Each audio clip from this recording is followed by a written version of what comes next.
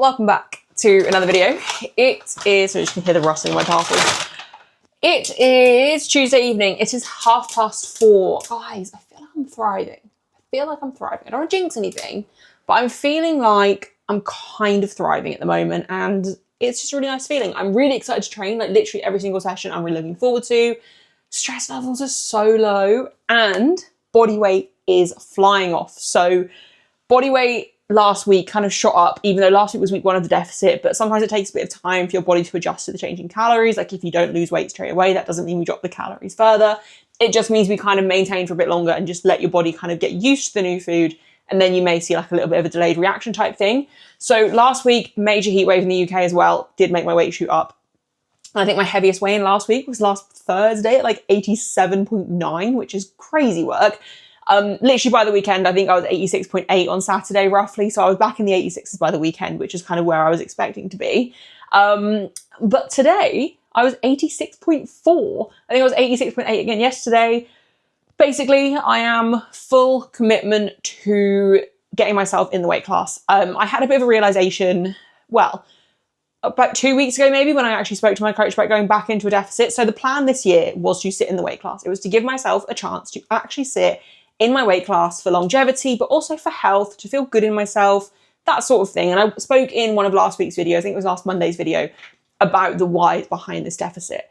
But I also said that it's going to require lifestyle changes, and that's kind of the kind of, I don't even know what the word is, the realization that I had like a couple of weeks ago. I was like, yes, you've done the calorie deficit thing, but I know for me, 2,000 calories is plenty. That's what I'm on right now. 2,000 calories is plenty. But I like food and I have a high appetite. So unless we have a specific target of like currently getting my body weight down, I can stick to 2,000 calories. But when it then gets to the maintenance phase, I know I'm going to struggle. I struggled previously with the maintenance phase because I like food. I like to be able to go out for food. I like to be able to have sweet treats, which is something that you should always be able to do. And I know that I can still do that even on these calories, because to be honest, 2,000 calories is a low enough, like a big enough deficit for me that there is space for me to occasionally have a little bit extra, which I've not done so far. I don't intend to do yet, but it's nice knowing I have that. But basically, I'm saying all this because one thing that I realized I really need to do is just up my general activity and just be more active throughout the day. Now, I have a husky. He's currently trying to clean the dishes next to the sink. I have a husky. I do a decent amount of steps, usually when we're in routine. With the heat wave, those obviously dropped down because I couldn't walk him as much. But pre my last comp, I was doing 12,000 steps a day, and it was pretty comfortable to get those in. But I was like, you have a walking pad. Are you going to sell your walking pad? No, because I would have sold it by now. I haven't used my walking pad since we got Zuko ages ago, and I think I mentioned this in one of the last videos. So basically just had this moment where I was like, you need to just start using it. So I bought a new desk, we built it last weekend, and the last 2 days I have done 15,000 steps. And that isn't me using it excessively either, because whatever I do, I want it to be sustainable. And someone actually said to me, I think it was in a comment on last Monday's video, it was about, you know, they're looking forward to seeing how the deficit goes, how the cut goes, but also getting some tips from me. Now, it can be really easy to go all in head first, which probably seems like what I'm doing, and trying to just, you know, stack all these habits really quickly, but they're then not sustainable. So with the walking pad, my goal isn't to actually hit 15,000 steps. It just so happens that building the new desk and starting to use my walking pad has also coincided with the temperature dropping here, although it is back up again today. So I was doing longer dog walks again. I was doing my usual midday, like hour and a bit dog walk that was like 7,000 steps, as well as my short first thing in the morning dog walk, my short evening dog walk, and then also 40 minutes on the walking pad. So basically what I've done is I've included 40 minutes to an hour on the walking pad. I've done more than that today, but simply because what I'm also doing is anytime I edit a YouTube video, watch it through, I'm just going to do some steps on the walking pad just because it's easy and I don't really have to pay too much attention. If I have to actually concentrate, you won't see me doing steps at the same time because I can't do both. But basically, I'm just saying I've essentially included an extra 40-ish minutes of steps each day. Am I going to hit 15,000 steps every single day? No, that's not the goal. The goal is just to be more active in general, and that's an easy way for me to do that. So basically, I'm saying this because body weight is actually responding how we want it to, and I was 86.4 today, which is already ahead of this week's target, which I believe was 86.6. So hoping that means that we can maybe increase food ever so slightly in my next nutrition checking, because I do think 2,000 is probably a bit low when I'm actually in usual routine. However, the temperature is supposed to be up again the next few days, so steps are probably going to be a little bit lower. I'm also not home. I'm going to probably film a full day in the life tomorrow. which will be up on Wednesday, to show you guys kind of what my life looks like when I'm not always at home all day doing my coaching work all day. So on tomorrow, Thursday, I probably won't do as many steps because I'm going to be out more. I'm not going to be doing as many steps on my walking pad probably. And I also don't always do the dog walks on a Wednesday or Thursday, or at least not all of them. I usually only do one, maybe two. So that'll be interesting to see where my steps land. But basically what I'm thinking is if I can just do those 40-minute walks on the walking pads most days of the week, my average steps will already be up. And that's what I'm focusing on. As well as my cardio on a Sunday, 10 minutes of intervals on the rowing machine, 30 seconds on, 30 seconds off. And then on a Wednesday, I'm still doing a HIIT circuit at the end of my session. Will admit, didn't enjoy it so much the last time I did it. Trying to gaslight myself into thinking that I have been enjoying it. So I will see. But if I don't enjoy it, I'll just find something else to do. I also am considering doing rowing machine sprints on a Saturday and a Sunday, or some other level. Like there's assault bikes and stuff at the gym as well on like a Saturday and Sunday, just kind of mix that up and get 2 sets of HIIT in there rather than maybe doing it at home during midweek, but we'll decide near the time. Anyway, let's talk about training. So I'm now going into new block. So I'm currently running, technically it's not a new block, I'm running 6-week blocks. This is week 4 technically, but it's basically pulling everything back down. So last week, I'm basically running the same structure as I did last block, except slightly heavier. So the last 3-week block, we're basically just adding kilos to that from week 1 through to week 3. Last week went so well though, that I am going to be a little bit delusional with my targets, and I have pushed my ranges up ever so slightly for the final week of the block. But today I've got a top set of 6 on squats at 147.5. I've got high bar 7s, I think 127 and then 120. I think it was meant to be 117, but I'm not going to lie, 117 from memory. And then I've got my secondary bench press, which is a 3 count triple into a single, into some Larson press. And then I've got Hatfield squats and just some upper dumbbell work. So relatively light session. Hopefully won't take me too long. I'm finding myself at a bit of a loss recently in the evenings though. So when I get everything done in good time, I don't know what to do with myself when I actually have downtime, which I was doing a lot of painting and stuff, but to be honest, it was hurting my neck leaning over that much. I'm kind of having a little bit of time off from it. What do people do for fun? Like I can sit in front of the TV, but if I sit in front of the TV, I'll just end up scrolling on my phone. So I don't want to do that.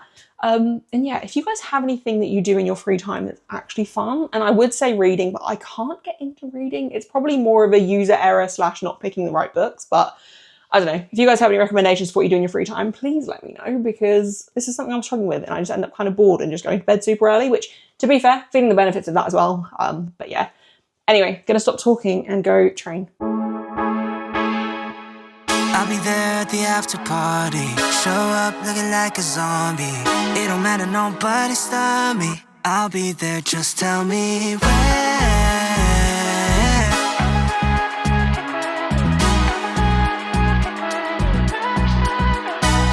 Damn, I'm a long way home at a split road. Gotta make a choice, do I sober up? Am I tryna keep it going to be continued, or am I tryna lose? Good night, game over now. I don't think I wanna leave at a tough week. Gotta realize this is what I need. Don't got the time to be counting sheep. It's too late, I'm in too deep. Don't wanna contemplate, overcomplicate this. And I made my choice, wanna see what's going on. I'll be there at the after party. Show up looking like a zombie. It don't matter, nobody stop me. I'll be there, I'll be there. I'll be there at the after party. Show up looking like a zombie. It don't matter, nobody stop me. I'll be there, just tell me where. Just tell me where. Ay, oh no, 머뭇거릴 시간 없어. 필수적인 this is my only answer. Yeah, my body keeps telling me go. Wanna be stacking towers from downtown. I'll be on a roll. 머릿속엔 it's a rush hour. This, that, overtime, champagne shower. Step back, skip lines, yeah, I'm never going cold. 어디 가야 해, 알려줘. Don't wanna contemplate, overcomplicate this. And I made my choice, wanna see what's going on. I'll be there at the after party. Show up looking like a zombie. It don't matter, nobody stop me. I'll be there, I'll be there. I'll be there at the after party. Show up looking like a zombie. It don't matter, nobody stop me. I'll be there, just tell me where. Just tell me where. Once I get the idea,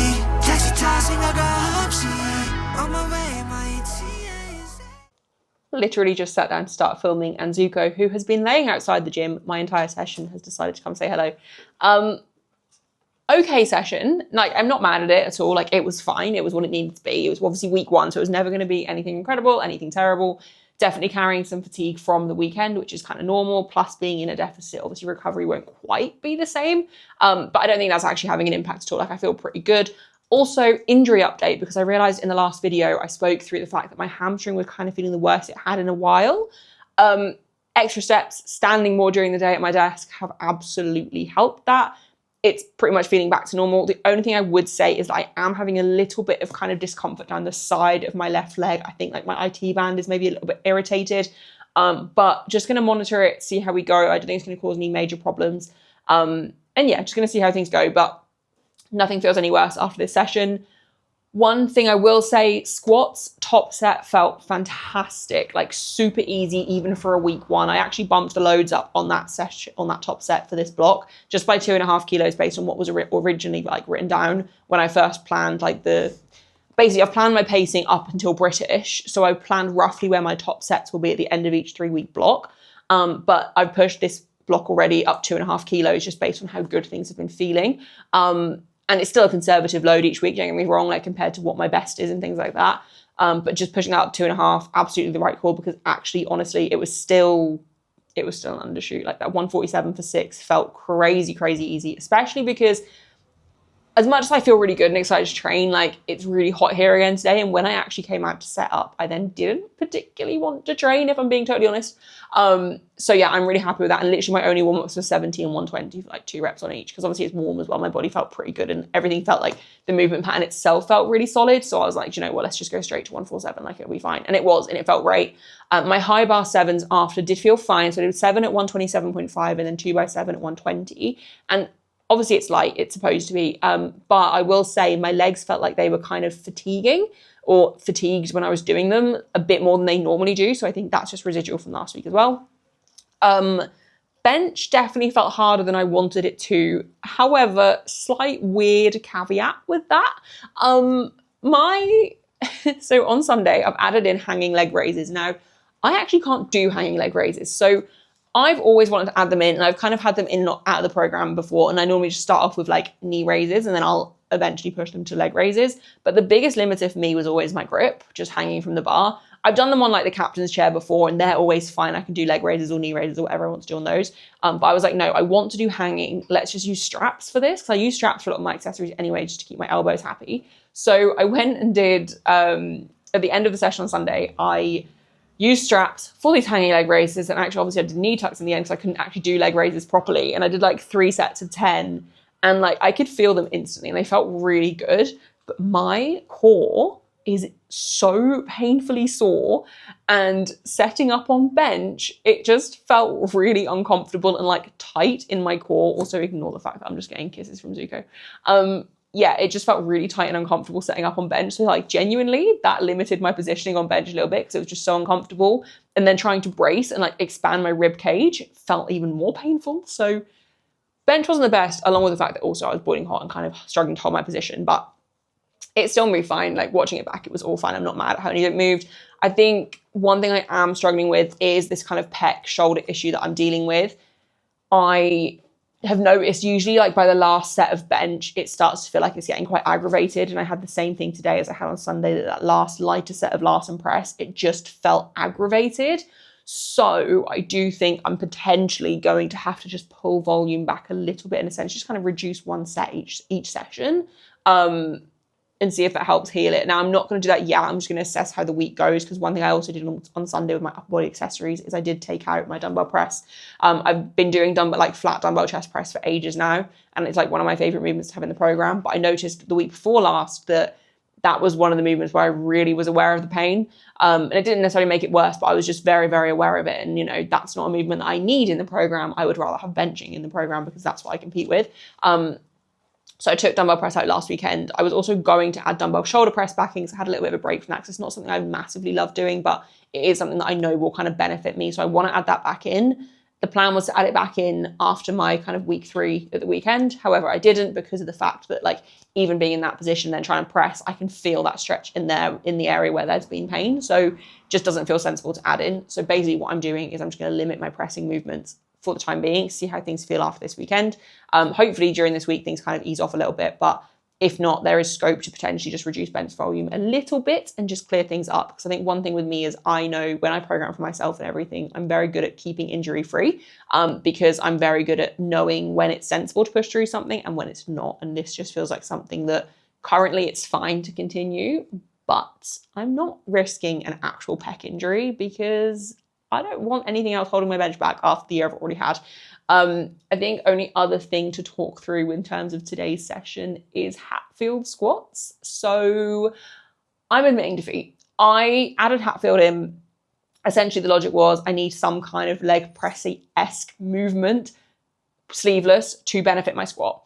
And rather than going to the gym and doing them there, Hatfield squats, I bought this SSB from my old coach. He sold it to me just before I left him, and he was going to program me Hatfield squats, and we both agreed they were probably something really worth adding in and trying.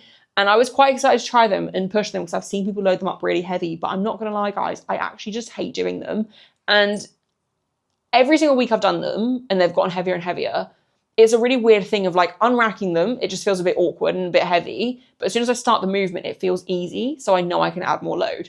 But tonight, there was just something in me that didn't want to do them. Obviously, I still went in. I still tried to do them. But I did 2 reps at 127.5 and I felt pain in my right knee. So I was like, this isn't sensible. And that was me quitting. That wasn't actually not sensible. It was just I was slightly off in terms of positioning and pressing and how I was like putting the weight through my right foot. And I just re-racked it. And I was like, you're not a quitter. Like, get back under the bar. So I gave myself a minute, went to redo them.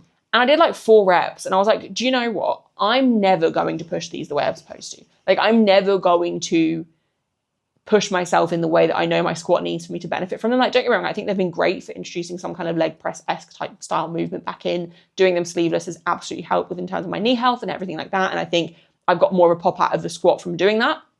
However, realistically, I want a movement in the plan that I can absolutely push. So what I'm going to do instead is I'm going to add a leg press in on a Saturday, after my primary squats and deadlifts, when I go to the gym to do a lot of lower body machine work anyway. I'm just going to add leg press in then. Whether I do leg press or hack squat, or I think the gym's got a new pendulum squat, I'm not sure.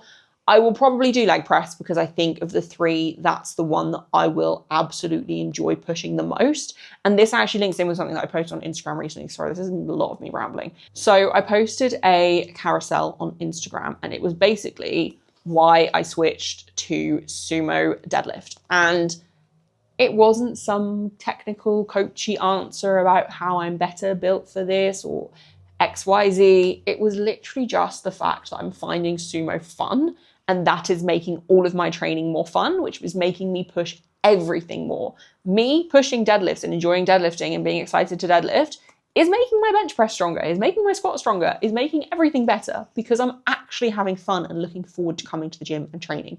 So basically wanted to say that because I think a lot of the time we get really like wrapped up on what is optimal, what is the best for us to do in terms of carryover. And a Hatfield squat executed well, heavy, will have a better direct carryover to my comp squat. However, if I'm not enjoying it and there's just something about it that I genuinely hate, and not in the way of like, oh, I hate Bulgarian split squats, oh, they hurt. In the way of like, I genuinely dread loading these up because there's something about the way the SSB pad feels on my back when it's heavy that makes me uncomfortable. And I don't really know how to explain that. So I was like, realistically, yes, it would have a good carryover, but it's not going to have a good carryover if I'm dreading it and if I'm not pushing it. Like, I need to be able to push it to get that carryover. Whereas I know like heavy leg press, heavy pendulum squat, I'm going to go in and enjoy it and push it and actually get way better carryover because I'm going to be just moving more overall load anyway, especially with leg press, and just having fun with it. So that is basically my rant to say that sometimes the optimal choice is literally the one that you're going to enjoy more. And that doesn't mean skip everything that you don't enjoy. Absolutely not. You need to do things that you don't enjoy in order to succeed as well. But when it is like quite a big staple in the program, and if it's something that's then impacting your actual enjoyment of the session, then it's just not worth keeping in. And like the rest of this session, I absolutely love. So yeah, I thought that was probably just worth talking through. I'm probably going to stop talking here though, because this video is very, very long. In the next video, I intend to do a day in the life that will be filmed tomorrow. So be sure to check that out in a couple of days. It'll be out Wednesday. But yeah, I think I'm going to wrap the video up here. I do have coaching spaces available, which is something I never really plug in YouTube videos. But if anyone is interested in powerlifting coaching, nutrition coaching, one-off nutrition consultations as well, I do, then be sure to either go to my website, artoflifting.co.uk, I think it's .co.uk, or in my YouTube page, there is also some links to my website, my coaching inquiry form. And if not, you go to my Instagram, just Sian Arterton, and you can find the links on there, or send me a DM. Although I will say you're better off filling an inquiry form in, because you will probably get a quicker reply, because me and my Instagram DMs, I'm not the best at getting to quickly. Obviously, if I see that it's to do with an inquiry, I will get back to it as quick as I can. But generally, I have my notifications turned off for Instagram because I am addicted and I want to cut my screen time down.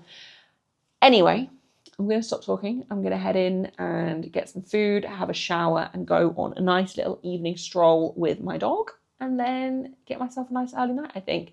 Thank you very much for making it to the end. I really appreciate it. Please be sure to leave a like, comment, and subscribe, and I will see you in a few days for the next one. No way I'ma miss this. Pool party time to get